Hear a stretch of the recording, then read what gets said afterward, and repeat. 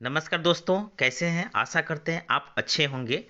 और आज हम लोग रेलवे एलपी टेक्नीशियन की जो वैकेंसी निकली है उस पे हम लोग डिटेल में बात करेंगे। और ओरिजिनल जो होता है नोटिफिकेशन वो भी आ चुका है। उसके साथ में आपको जितने भी बोर्ड हैं उनके साथ सामने आपको टोटल पोस्ट जो है उसका कन्फिग्रेशन भी आ गया है। तो हम लोग पोस्ट के साथ साथ हम सारे चीज़ें देखेंगे। इसके एक बार और देख लें। यहाँ पे जैसे 5696 जो पोस्ट दिखाई दे रहा है आपको, वो पोस्ट के हिसाब से देखा जाए तो इतनी वैकेंसी नहीं आने वाली थी। वैकेंसी जो है बहुत आने वाली थी, क्योंकि जो एएलपी का एसोसिएशन चलता है उसके अनुसार से देखा जाए तो 16,000 समथिंग जो है वैकेंसी आने वाली थी। क्योंकि उसका जो है नोटिफिकेशन आया हुआ है, क्योंकि उन्होंने अपने स्तर से बोर्ड को दिया है कि आप देखें तो 16,000 पोस्ट खाली है, लेकिन आप 5696 पोस्ट क्यों निकाले हैं।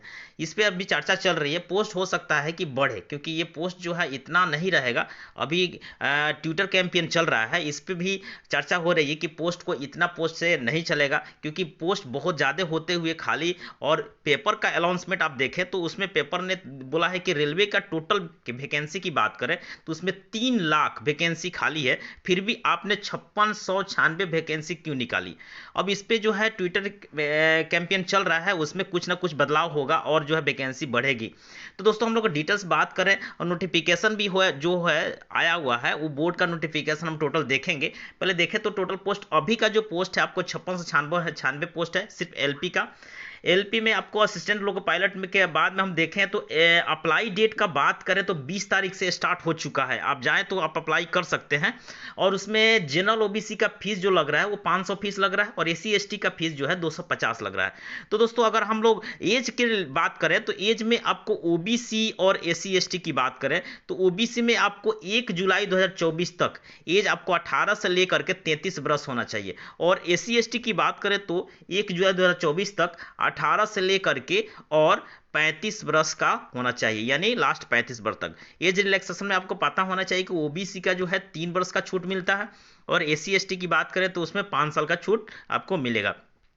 आगे हम लोग क्वालिफिकेशन पर चर्चा कर लें तो एलपी में आपको जो वैकेंसी निकली है उसमें 10th के साथ साथ प्लस में आप आईटीआई हैं तो भी भर सकते हैं, या आईटीआई के अलावे आप बीटेक किए हुए हैं तब भी भर सकते हैं, या डिप्लोमा है आईटीआई के अलावे यानी आप 10th के बाद में तब भी आप एलिजिबल हैं इस फॉर्म को भरने के लिए। अगर हम लोग देखें क्वेश्चन मार्क्स यानी सिलेबस के अनुसार से तो क्वेश्चन आपको 75 रहेंगे सीबीटी 1 में, और उसके साथ साथ टाइमिंग की बात करें तो 60 मिनट का टाइम दिया जाएगा, और निगेटिव आपको 1/3 का निगेटिव भी रहेगा इसमें।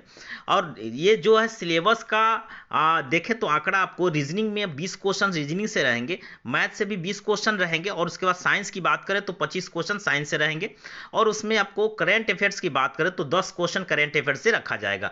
अब देखिए आरआरबी जोन की बात करें तो जोन वाइज जो है टोटल जो वैकेंसी है उसको जो है एक्सप्लेनिंग करके दिखाया गया है नोटिफिकेशन में, कितना किसके सामने मैंने कौन से जोन में यानी कौन से बोर्ड में कितना वैकेंसी है, उस सारा चीज जो है एक्सप्लेनिंग कर दिया गया नोटिफिकेशन हम लोग देखेंगे। फिलहाल जो है जोन जोन जिस बोर्ड में है वैकेंसी वो बोर्ड को हमने यहाँ पे एक्सप्लेनिंग करते हुए दिखाया है आपको। जैसे अहमदाबाद हो गया, अजमेर हो गया, बेंगलुरु हो गया, भोपाल हो गया, भुवनेश्वर हो गया, बिलासपुर, चंडीगढ़ और चेन्नई, गुवाहाटी, और उसके बाद जम्मू श्रीनगर, साथ साथ कोलकाता है। उस कोलकाता के बाद एक मालदा भी है, और मुंबई है, मुजफ्फरपुर, पटना और प्रयागराज, साथ में रांची भी है। तो दोस्तों अगर इतना जो है वैकेंसी निकाली है गवर्नमेंट, क्या आपको लगता है कि आप मात्र 5696 वैकेंसी जो है इन सब में पोस्ट खाली होगा? क्योंकि वैकेंसी आई थी 2018 में, और ये 6 साल के बाद जो वैकेंसी दिया जा रहा है, तो क्या अगर 2023 की बात करें आपको दिसंबर में, तो उस समय जो निकाला गया था आंकड़ा, उस समय आपको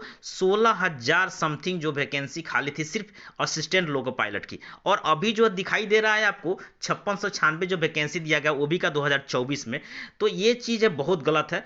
आप चाहे तो इसको आप नोटिफिकेशन को देखिएगा तो पता चलेगा आपको, क्योंकि 5696 वैकेंसी में आपको किस बोर्ड में कितना वैकेंसी वो सारी चीज़ हम आपको बताते चलेंगे। देखिए थोड़ा सा सैलरी की बात कर लें तो सैलरी में आपको इस वैकेंसी में पोस्ट जो है आपका असिस्टेंट लोको पायलट का ग्रेड पे 1900 मिलता है। तो 1900 में इसका अर्थ होता है कि लेवल आपका रहेगा 1900 ग्रेड पे बेसिक आपका 19,900 मिलेगा। इसमें आपको डीए के साथ साथ आपका एचआरए और टीए ट्रांसपोर्ट अलाउंस एंड सब मिल करके लगभग आपका 30,000 अप्रोक्सेस बनने वाला है। आपको इन हैंड की बात करते हैं, अगर एनपीएस कट जाता है उसके बाद में आपको 30,000 अप्रोक्सेस आपको मिलेगा। इसके बाद अलाउंस में अगर आप 1 साल से 2 साल जॉब करते हैं तो डेफिनेटली आपको जो है इसमें लगभग 45,000 से लेकर के 55,000 के बीच में आपको मिलने लगेगा। जैसे ही इसका आगे बढ़िएगा, ग्रेड पे बढ़ते जाएगा, उसके अनुसार से आपका रनिंग अलाउंस होता है वो सब ऐड होगा, तो उसके हिसाब से आपको 75,000 से लेकर के 1 लाख तक आपको जो है इसमें सैलरी आपको मिल जाएगा। तो चलिए हम लोग टोटल नोटिस को जरा एनालिसिस करके देखते हैं। आप नोटिफिकेशन की बात कर रहे थे, तो फ्रेंड्स आप नोटिफिकेशन की बात कर रहे थे, तो ये ना हर नोटिफिकेशन आपका, इस नोटिफिकेशन को देखते हुए हम लोग चलते हैं। तो यहाँ पे देखिए लिखा हुआ है जिस तरह से government of India, minister of railway department आपको बोर्ड, यहाँ पे टोटल आपको ओपनिंग डेट जो है 20/1/2024 से स्टार्ट है फॉर्म भरना, और क्लोजिंग डेट की बात करें तो आपको 19 फरवरी 2024 तक क्लोजिंग डेट रखा गया है एप्लीकेशन भरने का। उसमें पेमेंट का भी दे दिया है डेट, यानी आपको पता होना चाहिए 20/2/2024 से लेकर 29/2/2024 तक आप जो है फीस पेमेंट यानी कर सकते हैं।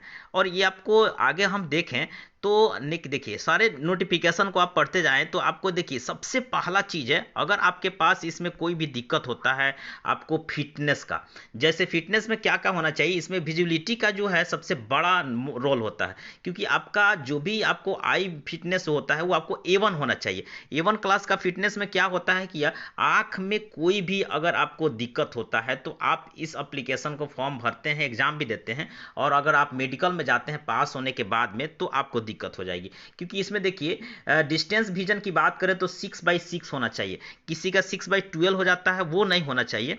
इस तरह से आप देखें आगे तो देखिए इसमें जो भी होता है कि +2D का जो है एक्सेप्ट किया जाता है।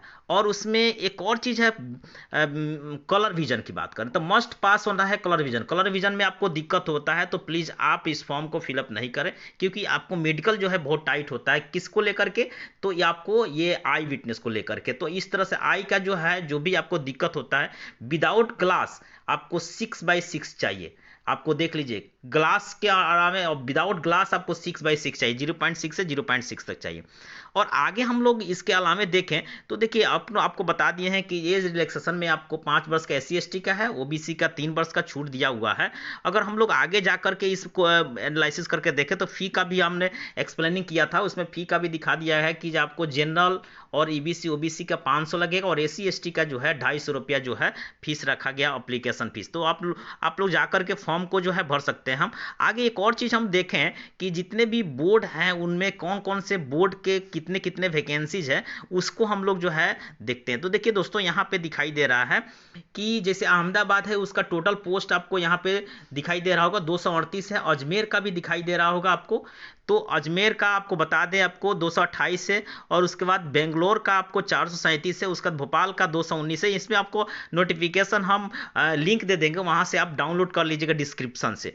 और देखिए इसमें सबसे ज़्यादा जो जिसका पोस्ट है वो आपको बिलासपुर का है, जो आपको 1192 पोस्ट है। उसके बाद में दूसरा पोस्ट जो है वो सिकंदराबाद का है। तो दोस्तों एक चीज़ और बता दें आपको, सबसे बड़ा चीज़ एक होता है कि जो भी कैंडिडेट फॉर्म भरते हैं तो देखते हैं कि कहाँ पे सबसे अधिक पोस्ट है वहाँ फॉर्म भरते हैं। देखिए इसका फंडा हम बताते हैं, अगर आप ध्यान से सुनिएगा तो डेफिनेटली आपका रिजल्ट आ जाएगा। क्योंकि किसी भी जोन हो या किसी बोर्ड में अगर आपका देखते हैं कि एप्लीकेशन ज़्यादा गिर रहा है तो ऑटोमेटिक वहाँ का कटअप जो है अधिक जाएगा, और वहाँ पे कटअप अधिक जाएगा तो आपका जो सिलेक्शन का प्रॉब्लम होना शुरू हो जाएगा। तो आप इसको सोचिए कि कहाँ पे कम पोस्ट है वहाँ पे जो जितने भी कैंडिडेट रहेंगे वहाँ पे वो कम ही कैंडिडेट रहेंगे, और जब कम कैंडिडेट रहेंगे तो कटअप भी कम जाएगा। सीट भी क्या है कि जितने भी कैंडिडेट होते हैं ज़्यादा सीट लेकर के वहाँ पे फॉर्म भर देते हैं। अब इंडिया का टोटल स्टूडेंट यानी टोटल कैंडिडेट चाहता है कि हम अधिक पोस्ट जहाँ पे है वहाँ पे फॉर्म फिलअप करें, तो वहाँ पे सारे कैंडिडेट चले जाते हैं, और जहाँ पे कम पोस्ट है वहाँ पे कम जाते हैं। तो कटअप का कहाँ पे अधिक जाएगा, जहाँ पे अधिक जो है कैंडिडेट पहुंचे हुए हैं। तो दोस्तों अगर इस स्थिति में देखते हुए आप सोचते हैं कि हम अधिक सीट वाले जगहों पे फॉर्म भरेंगे, तो आपका सोच गलत है। वहाँ पे कटअप ऑटोमेटिकली अधिक जाने वाला है। तो इसलिए अगर आपका मीडियम में जहाँ पे पोस्ट है वहाँ पे आप फिलअप कर सकते हैं, अपने नज़दीकी में पोस्ट है वहाँ पे फिलअप कर सकते हैं। और ज़रूर आप अगर मान लीजिए कि अच्छे रूप से तैयारी करते हैं तो डेफिनेटली आपका जो है रिजल्ट आ जाएगा CBT 1 में, और CBT 2 के लिए आप एलिजिबल हो जाइएगा। तो दोस्तों अगर आप मेरे चैनल को विजिट करते रहते हैं तो जैसे ही कोई अपडेट आता है मैं आप तक पहुंचाने की कोशिश करता रहूँगा। और तब तक के लिए जय हिंद, जय भारत।